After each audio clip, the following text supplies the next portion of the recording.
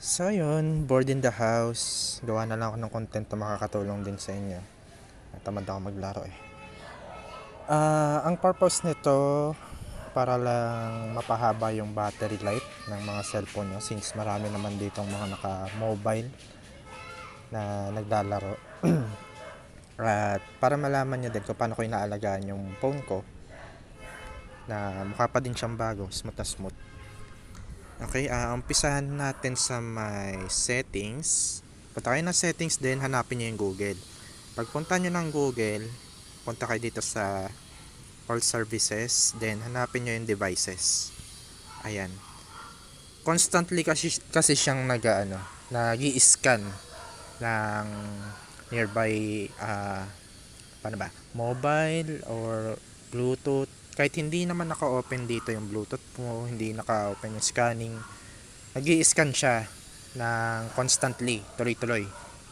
So, i-turn off nyo lang siya. Walang magiging epekto to sa performance ng phone nyo o kung ano man. Ang mangyayari lang, mas mapapahaba yung battery life ng cellphone nyo. So, mas kukunat siya, mas matagal kayo makakapaglaro. Ganyan. And then next, punta kayo sa may search bar. Punta kayo ng notification. Ayan. Ay, ito. And then, notification management. Makikita nyo dito, may notify, naka-open sa may camera, sa Chrome, which is hindi nyo naman kailangan eh. Hindi nyo naman kailangan mga notification nila. O hindi naman sila nagno-notify, pero naka-open. So, kailangan nyo silang i-turn off, isa-isa. Ayan, sa camera, hindi naman kailangan. Hindi ko rin naman kailangan yung sa Chrome. Contacts, naka-standard. Drive, sa may file, hindi ko kailangan. Yung mga hindi, sure kayong hindi nyo kailangan, pero kung kailangan nyo, like for example, kailangan nyo yung notif ng Gcash, baka kasi nahack na kayo, kailangan nyo yung notif ng, syempre, ng Facebook nyo, kailangan nyo naka-notif, naka-open yung notif, tsaka messenger, ganyan. Kaya nyo lang na naka-on. Pero yung mga katulad ng Grab, Shopee, Lazada, kahit i-turn off nyo na, kasi constant nyo naman din silang tinitignan, especially kung may order kayo, 'di ba? Kahit tingnan-tingnan nyo na lang, silip-silipin nyo lang. Hindi nyo kailangan ng notif nila na meron silang ads, na naka-sale daw si ganito. Hindi nyo kailangan yun. I-turn off nyo na lang. Gmail kailangan to, kasi baka kasi may nagka-access ng account nyo. Etong Google, sa lahat kasi to eh, kaya itina-turn off ko to. For example, weather, nilalabas niya. Ganon, nagkakaroon siya ng weather update, nagkakaroon siya na news, patungkol sa ibang bansa, ganyan. So, hindi ka naman kailangan, hindi naman ako interested. Unless interested ka, sige, hayaan mo lang. Eto, sa Google Play app, mga nag-a-add siya ng sinubscribe mong game, kung open na ba siya, o kung pwede na ba siyang i-install. Kahit silip-silipin mo na lang din. Sira ulo. Sorry. Yung aso kinuha yung ibon. Okay. Ano pa ba? Messages, okay na yan. Yung maps, okay lang din yan. Super Snap, di ko kailangan. Telephone, standard siya naka-open. So, syempre pag may kausap ka o may tumatawag sa'yo. Then, ito, third party apps. Isa sa mabigat to. Ayan. Halimbawa, Angkas, yung calculator, naka-open din, no? Discord, hayaan ko na yan dyan. Ayan, yan yung mga third party apps. Pagpapatayin ko na lang itong mga to. Hindi ko naman kailangan na notif ng mga yan eh. Calculator. Ito pag nagla-live ako sa Facebook. Ito kasi hindi ko mapapatay ito eh. Sa accessories ng phone ko to eh. Food Panda. Kaya na kahit hindi naman na. Gcash, at Google Play, sa Grab, and then Joyride, Lazada,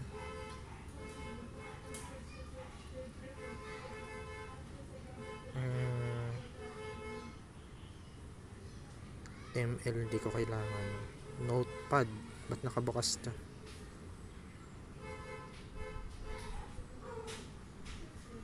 Photos, shopping,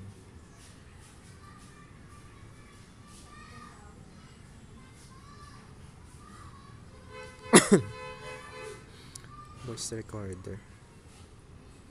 Weather, di ko kailangan.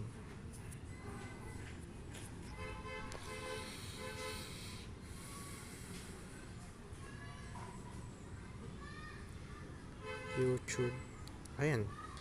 Okay, since tapos na dito, ayan, medyo ang kailangan nyo na lang din gawin after nyo magpalit kasi ng settings, ang pinakakailangan nyong gawin sa mobile nyo is mag-restart din ng phone. Kung halimbawa magcha-charge kayo, matutulog kayo, o kung para lang hindi mag-run yung ibang third party apps, kasi may makikita kayo dun sa may developer option niya, which is naka-hide kasi. May mga nagra-runs na app na kahit hindi mo naman ginagamit, kumakain siya ng RAM, kumakain siya ng battery, mga ganun. So, doon naman tayo sa may developer option. Kapag bubuksan mo siya, hanapin mo tong build number. Pipindutin mo siya na siguro 7 to 8 times. 4, 5, 6, 7. Ayan, 7. So, naka-open na yung developer option. Ang hahanapin mo lang dito, simpleng-simple lang. Unang-una, ini-enable ko tong GPU debug layers. Tapos kung meron kang graphic driver preferences, naka-standard na kasi sa akin dito. Hanapin mo yung andon. Kung meron ka netong game driver, set mo lang siya sa game driver. Yung iba kahit naka-default na yan, hindi naman sila pang gaming. Ito, ML game driver. Ito kasi emulator kasi ito eh. Mag-live na lang ako nito sa Discord. System, okay lang to. Kahit hindi na i-game driver to. Pero puro games lang laman yan. So, ayun. 3 lang naman ang games ko. Hindi ko na in-install yung iba. Ito naman, kapag nagre-record kayo sa mga mahilig gumawa ng content sa TikTok, pwede nyong iset na mas mataas. Huwag nyo lang i-off. Kasi dyan magmumula yung sound, yung delay ng sound. So kung mas mataas kasi, mas pulido, tsaka hindi naman kailangan i-set ng sobrang taas, baka kasi hindi compatible sa phone nyo.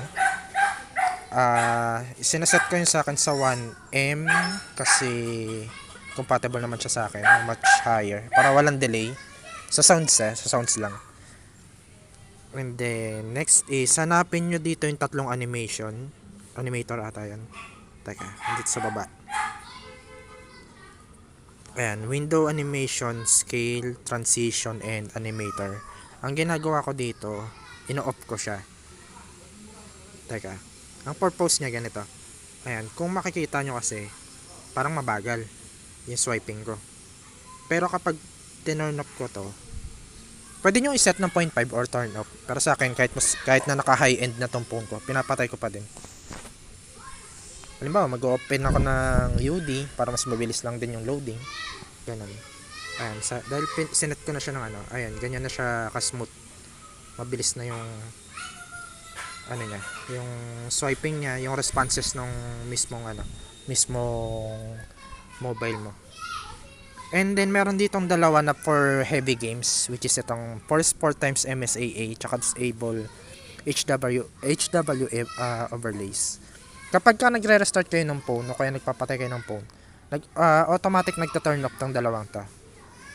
Ini-enable ko lang siya kapag ka heavy games ang nilalaro ko, like Genshin, Andon, o kung ano pang heavy games para sa inyo, like Life After, or kung may Once Human ng mobile, sa iba siguro. Yan, i-open nyo to. Para siyang Nvidia sa PC. Lalo na tong 4 times MSAA. Kung curious kayo, pwede nyo naman siyang i-search through YouTube. Kung bakit nga ba kailangan mo siyang i-open.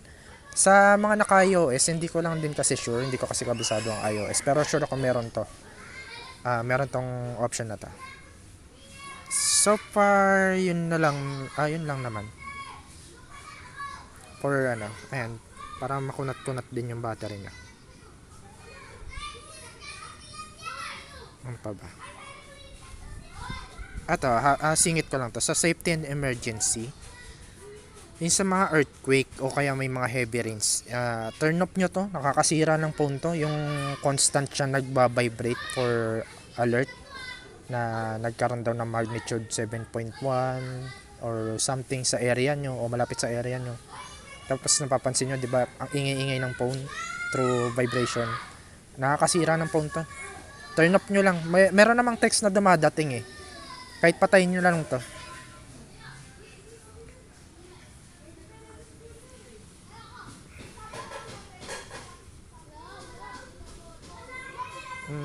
Ito okay lang to. In case na naka-open tong location nyo. Ito.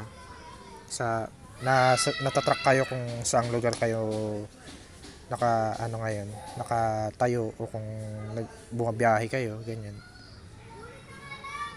Ayan, in-off ko tong mga to. Kahit yung vibration, ayan, kailangan nyo patayin yan. So, ayan lang guys. Sana makatulong at sana may matutunan kayo dito. Yun lang.